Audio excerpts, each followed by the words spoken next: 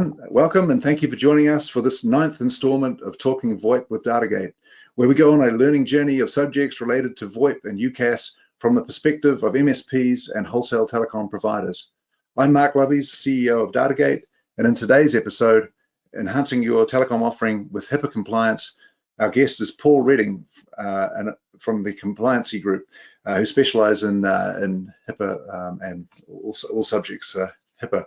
So Paul, welcome today. Thanks for joining us. We ran into you at IT Expo this year and realized that HIPAA may really be important for MSPs, both from the compliance side as well as the potential opportunities that may come about it. So Paul, welcome, and could you please tell us a little bit about the Compliancy Group and how you got started? Absolutely, Mark, and thanks so much for having me today. I really appreciate it, and also thanks for stopping by the booth at IT Expo. I feel like Compliancy Group at IT Expo was something of the new kid on the block this year. I had a lot of people walking up to us going, wait, does that say HIPAA? How does that apply? So I think your question is pretty apropos. That was actually our second visit to the IT Expo. The last time I was there, I was an MSP myself. I used to be an MSP reseller for Compliancy Group. Been about 14 years in the MSP space, and then I joined this team in February, 2019, I guess. So to answer your question, the team that I joined, like who is Compliancy Group and what the heck are we doing at IT Expo, right? We are a compliance tracking and management solution specifically built around the HIPAA law. We were actually founded by HIPAA auditors about 16 years ago now. We have a solution that I equate to something similar to like a QuickBooks, but for compliance. So think like a software solution where all the work that goes into what is complete compliance, right? Be it the audits and the IT risk assessments, MSPs and security providers know what I'm talking about, or all the policies and procedures and administrative functions and training.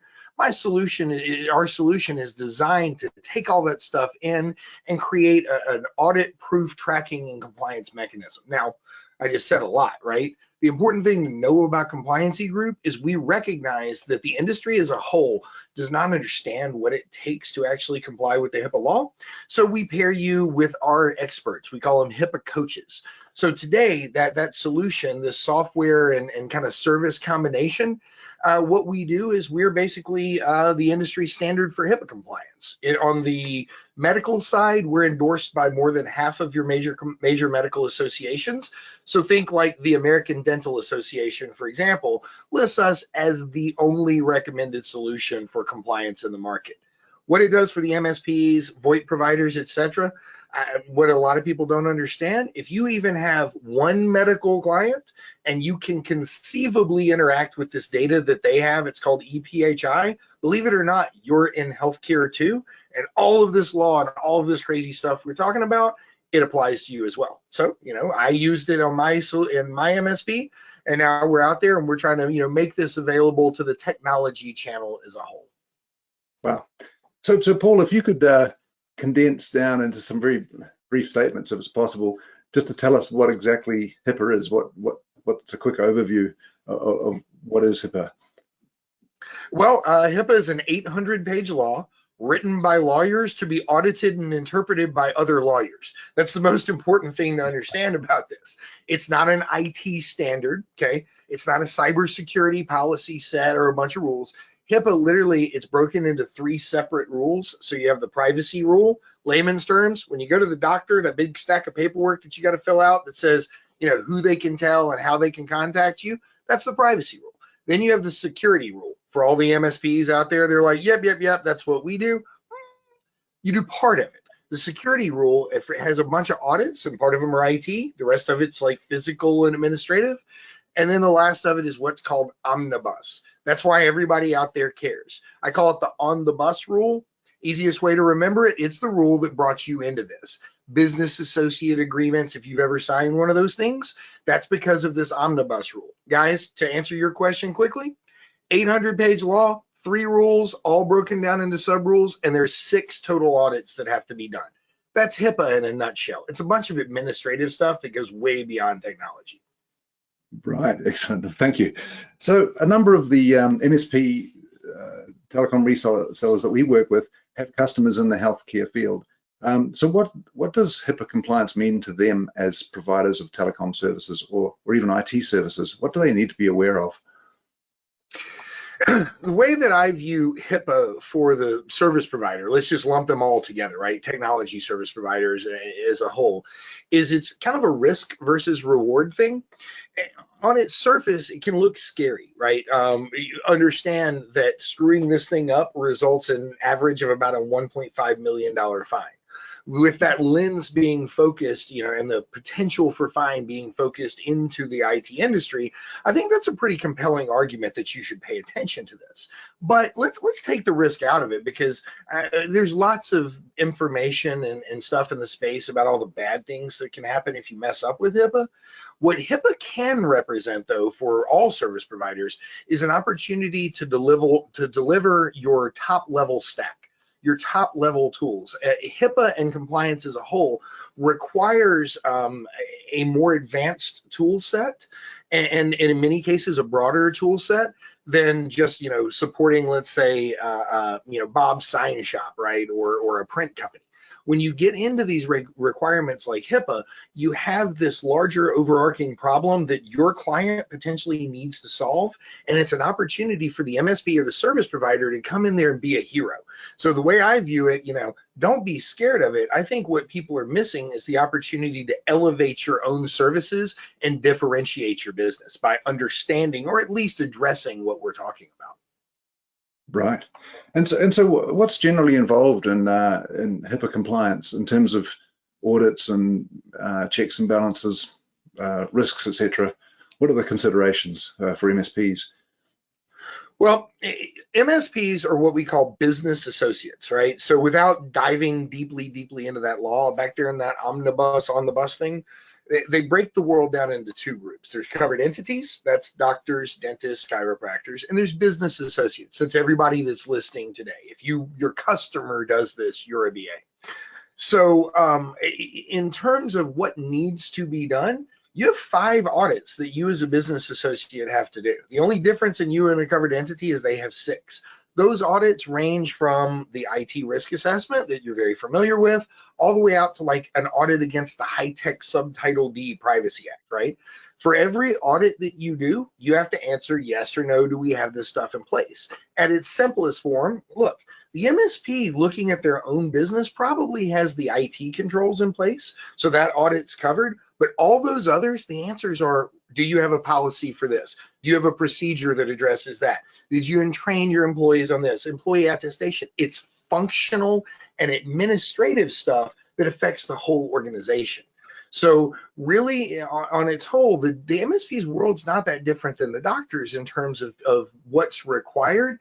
You must implement all the policies and procedures, do all of the audits, not just the IT, and you have to train and build in what we call culture of compliance. I like to say it's not a tech problem, it's a tax ID problem. It affects you from the top down.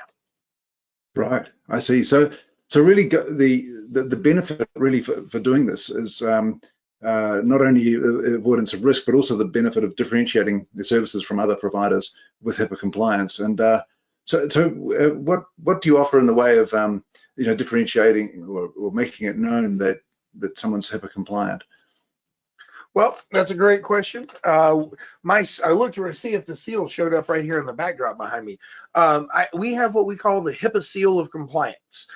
This is a seal that we give you that is third-party validation of what we've put you through, what you've gone through to achieve this. You get to put that on your website. You're going to find that on the American Dental Association, for example, is going to point to that for their members and say, this is what we recommend that you carry to illustrate to the world that you're compliant. You'll find that used by your major EHRs, huge in the medical world.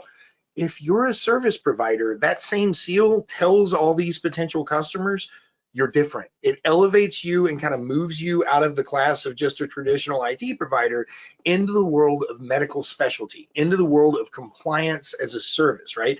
It tells them, and it's a clickable thing. You can go click on the seal. You're going to go to us. We're going to tell you what you've done, how we validated and verified this. And if you're ever audited, I'll throw this out there, folks, that seal of compliance has never failed a HIPAA audit. Not because bad things haven't happened to good people, including many of our clients. Sadly, just given our size and scope, we're engaged in about 2 or 3 federal audits at any given moment. But we give that seal out because we can prove your good faith under the law to comply. And therefore, when somebody sees that and they recognize it, what they know is you've taken this stuff seriously and you have the same program in place that they're supposed to. It really does pull you out of a crowd. It makes you different. You're not some MSP or some VoIP provider. You are specialized in medical, and they know you understand their problems. Yeah, wow. So that's a truly great differentiator, and it would be absolutely invaluable for winning business in the medical and associated worlds, I'm sure. That's great. So, so Paul, how should MSPs go about? Where's the starting point? How do they engage with you, or to get HIPAA compliance? What are the steps? Well, that's easy enough, right? I mean, my personal email, I always like to give this stuff out, is paul@compliancygroup.com. We weren't trying to be very creative when we came up with that one. You can also reach out at info@compliancygroup.com. But it starts with a conversation, honestly. It starts with sitting down with one of my guys for about 30 minutes, or one of my people for about 30 minutes. We're going to just basically lay out for you what the requirements are based on what you do for a living, right? A VoIP provider has a different set of issues than the MSP. They're similar, but not exactly the same. We're going to lay out what your problem really looks like, and we'll explain. In very short order, we can get a service provider, a medical provider, basically anybody out there through a process in a few short weeks with a few short hours, working with one of our teammates that will get you completely compliant. It's far more simple than people understand if you use our methodology and our tool set.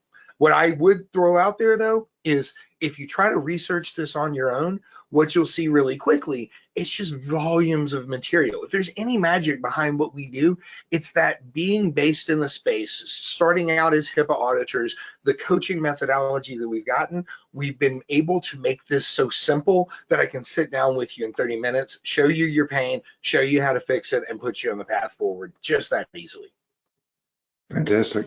Well, thank you, Paul. I guess that proves once again having the right partners is really what it's all about. And I really appreciate your time here today, and I'm sure this is of extremely high interest to our MSP audience. So thank you, Paul. And again, as Paul said, everyone, you can contact him on the email address on the screen now.